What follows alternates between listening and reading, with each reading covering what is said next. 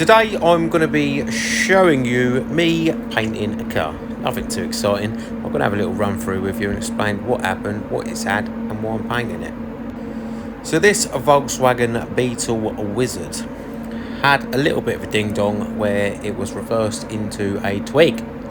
Now if you know Volkswagen Beetle Wizards, you will know that the entire car, other than a few little bits of remaining metal, is fiberglass. So you've only got to look at these cars funny and they will crack. When they crack, they spiderweb and the cracks go everywhere.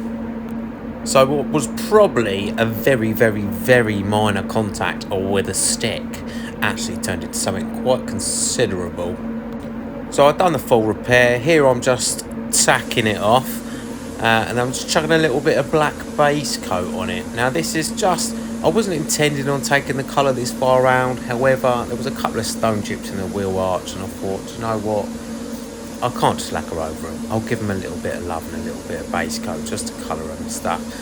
Because they were showing some white spots where they'd gone through to the primer. So while the paint's in the gun, although I hate that saying, I may as well have just painted it, so I did. Now this first coat is basically, I like to do a grip coat. Not many people do, some people don't, I do.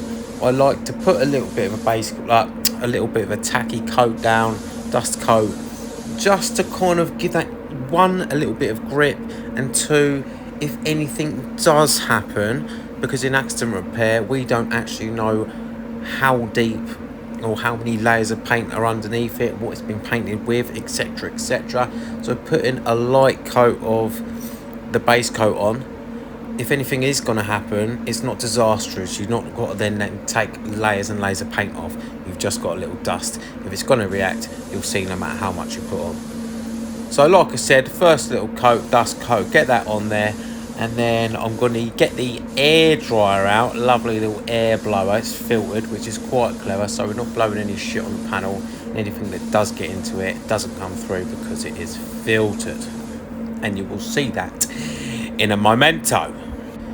Now the reason that I use the air blower after that first little grip coat is because I don't want to have to wait 15 minutes flash off time just because I've done a grip coat. It just adds excessive time to the job. So I'll put my little dust coat down, I'll get the air blower out, give it a few minutes, maybe 5 minutes tops, just to settle, and then I'll go back in and do my first proper coat of base coat. Now at this point I'm sitting here looking at the time of the video whilst I'm doing this voiceover, realising that I'm only at 3 minutes and we've still got another 4 minutes 28 seconds left. So I'm going to have to just wing this and make it up as I go along, because the videos are actually quite long. But I've never been one for shutting up, so we shouldn't have much problem here. Now at the bottom here, I was desperately trying to keep that soft edge where it was, and I needed to put a tiny little bit of paint there because a previous painter had painted over, would you believe, the sticky pads for the number plates. So there was remnants of rubber underneath the paint. So obviously when I sanded it through, I had little white spots, and the more I touched it, the closer it got to the edge, to the point where I'm like sitting almost on the blend with the base coat. And I'm like, I don't know how this is gonna go, and long story short, it came out absolutely fine. Of course it did, but it was close.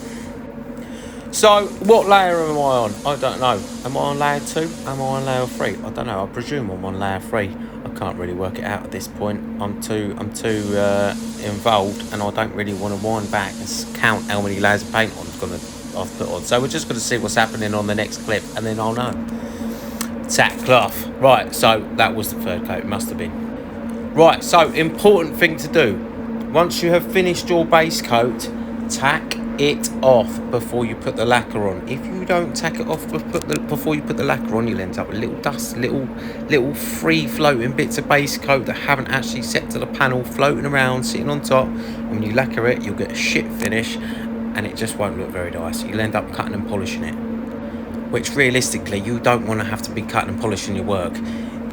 Yes, things happen and sometimes you have to cut and polish your work, but if you don't have to, then you shouldn't, because it's a massive waste of time. If you don't need to do it, it's so unnecessary.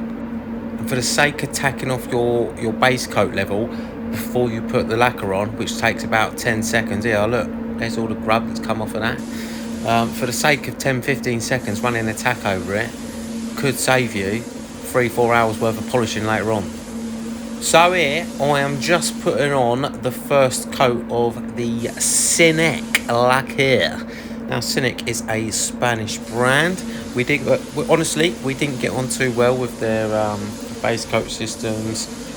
We didn't really use it properly enough to say, to be fair, but we didn't get on with it. There was a few ding-dongs, whatever. I'm not going to go into it. But we did keep using their lacquer because their lacquer is genuinely pretty good. Now, I'm a massive Meepa CX2 fan, right? It is my favourite lacquer of all time. However, we have run out and I still had some Cynic on the shelf, so I thought, you know what, I'll just use the Cynic. And honestly, it is a really good lacquer. Like, I'm still a CX2 boy. I will always love my CX2. But in fairness, the Cynic is like on par with it. It is a bloody good lacquer. I can't slate them for that. I mean, their primers, no. Their colours, meh. Their lacquers, banging. That's not me trying to insult anybody. That's just my honest opinion. I didn't get on with some of the products, but the lacquer, it is bloody good. But it just looks weird on the shelf when everything is green and says Meepa, and then you've got this big yellow tin that says Cynic. It just doesn't look right on the shelf. So once this is run out, I probably won't buy any more. I'll just go get the CX2 again. Oh, look at me rabbit earl on. I did tell you I could fill the time with sounds.